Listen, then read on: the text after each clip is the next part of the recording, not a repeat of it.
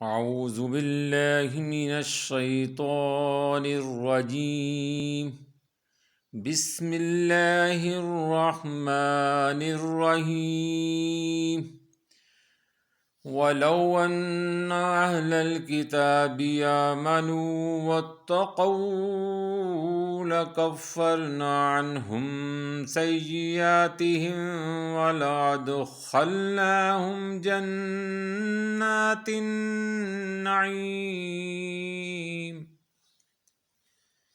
ترجمہ آیت نمبر 65 سورۃ المائدہ۔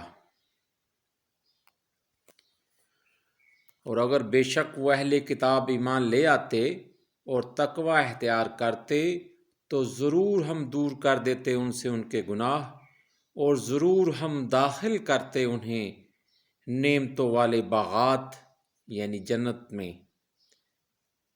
آمنت باللہ صدق اللہ مولانا العظیم۔